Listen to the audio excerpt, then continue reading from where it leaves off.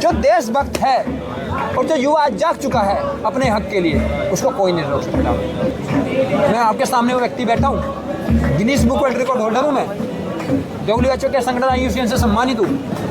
Corruption पे हम 2 अधिकारी को सस्पेंड करवा चुके हैं दिल्ली के, 2 बार गृह मंत्री जी को उठा चुके हैं हम वो व्यक्ति हैं जमीन से जुड़ के काम करने वाले।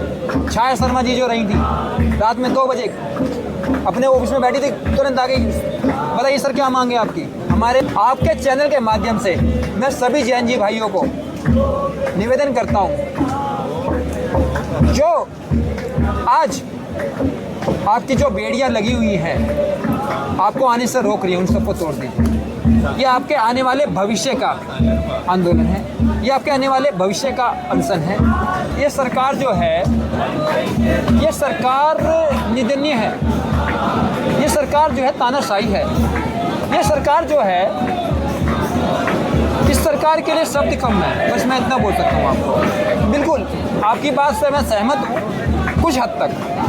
ये सरकार इस 19 तारीख को ही इस पूरे एरिया को छावनी में तब्दील कर दिया। आपने पहले भी देखे होंगे कई प्रोटेस्ट हुए हैं, पर हमारी मांग क्या है, सरकार सुन क्यों नहीं रही है। हमारी मांग यही है, धर्मेंद्र प्रधान इस्तीफा दें। जो हमारे 22 बच्चों ने सुसाइड किया है उनके परिवार को इंसाफ दिया। हमारी मांग ये है, जो 22 परिवार हैं उनके परिवार को मुआवजा दिया जाए, एक मरहम लगाया जाए। किसी के परिवार का लाल गया है, किसी के परिवार का चिराग गया है और किसी के परिवार का आने वाला वंश गया है। तो आपको लगता है कि धर्मेंद्र प्रधान के इस्तीफे से ये सब जो चीज़ें हो रही हैं, धांधली हो रही है, नीट पेपर हो और भी बहुत सारी पेपर में हुआ है पेपर लीक, तो उनके इस्तीफे देने से ये चीज़ें रुकेंगी? देखिए इस्तीफा तो इनको देना पड़ेगा और इस्तीफा तो देना ही देना होगा, क्योंकि अब जो युवा जाग चुका है। आज युवा अपने आने वाले भविष्य के लिए सवाल कर रहा है सरकार से, आने वाले कल की बात कर रहा है।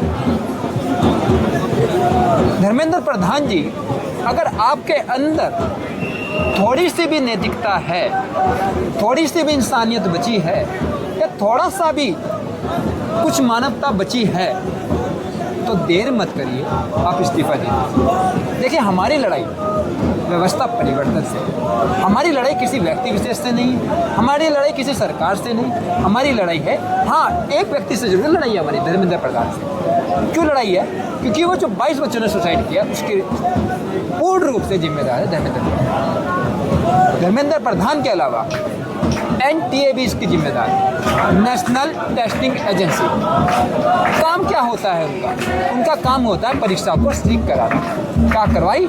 नहीं करवाई। प्रधान जी जब से शिक्षा मंत्री बने हैं, Delhi police leak, UP police leak, CGL leak, NEET leak, UP TET, MP TET, 4 दिन पहले महाराष्ट्र टेट, यूनिवर्सिटी के पेपर लीक। कोई पेपर ऐसे हैं जो लीक ना हो? मैं तो धर्मेंद्र प्रधान जी को मैं नाम दे रहा हूँ सभी अपने चैनलों पे, आपके माध्यम से भी बोलना चाहता हूँ, इनका नाम शिक्षा मंत्री की जगह लीक मंत्री रख देना चाहिए। क्योंकि जब से ये शिक्षा मंत्री बने हैं, जब से ये लीक ही करवाए जा रहे हैं। मैं ये नहीं कह रहा कि पेपर लीक पहले नहीं होते थे। जब रमेश पोखरियाल जी थे जब हुआ था पेपर लीक, जब स्मृति ईरानी जी थी जब पेपर लीक हुआ था।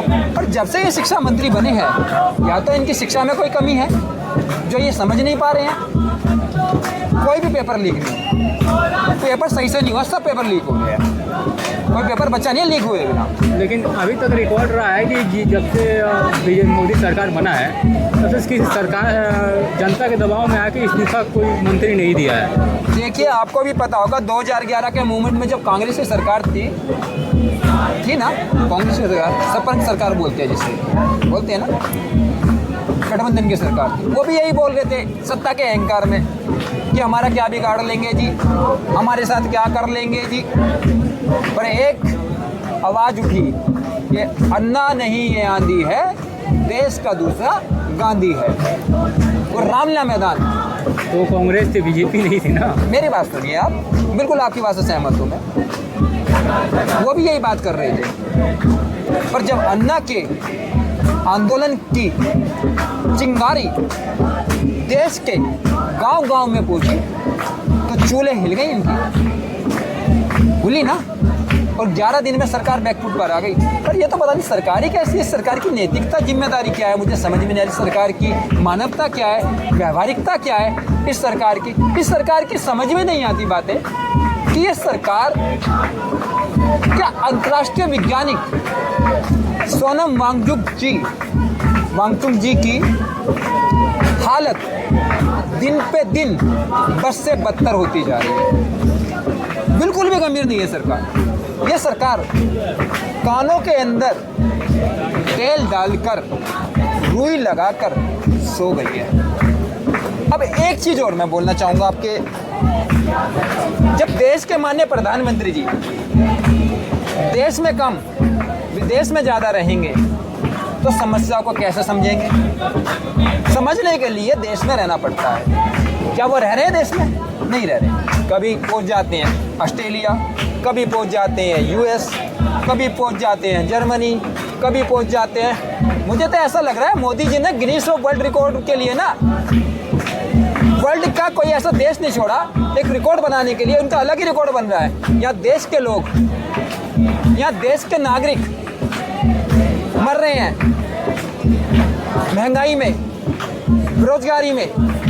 किसान एमएसपी के लिए लड़ रहा है, युवा आज अपनी नौकरी के लिए लड़ रहा है, अपने भविष्य के लिए लड़ रहा है। पर हमारे माननीय प्रधानमंत्री जी तो मैलिडी देने में व्यस्त हैं।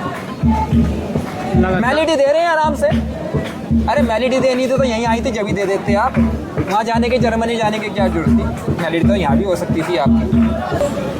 मुझे बताइए, सरकार नहीं डरी हुई तो क्या है? यहाँ सीसीटीवी कैमरे लगे हैं। आपको पता है कितने कैमरे लगे हुए हैं? 40 से 50 कैमरे लगे हुए हैं यहाँ पे। ऊपर से ड्रोन उतर रहे हैं। ये कोई पाकिस्तान का बॉर्डर है या चाइना का बॉर्डर है या श्रीलंका का बॉर्डर है या बांग्लादेश का बॉर्डर है? ये यहाँ पे ऊपर से वो की जा रही है, ये की जा रही है। अरे भैया, ये युवा हैं, ये आने वाला भविष्य है। मैं उन पुलिस वालों को भी बोलना चाहूँगा, और आर्मी के जवान तो हमें सपोर्ट अंदर से कर रहे हैं क्योंकि वो देश का सिपाही है। उससे पता है कि पेपर हम भी दे के पहुँचे हैं।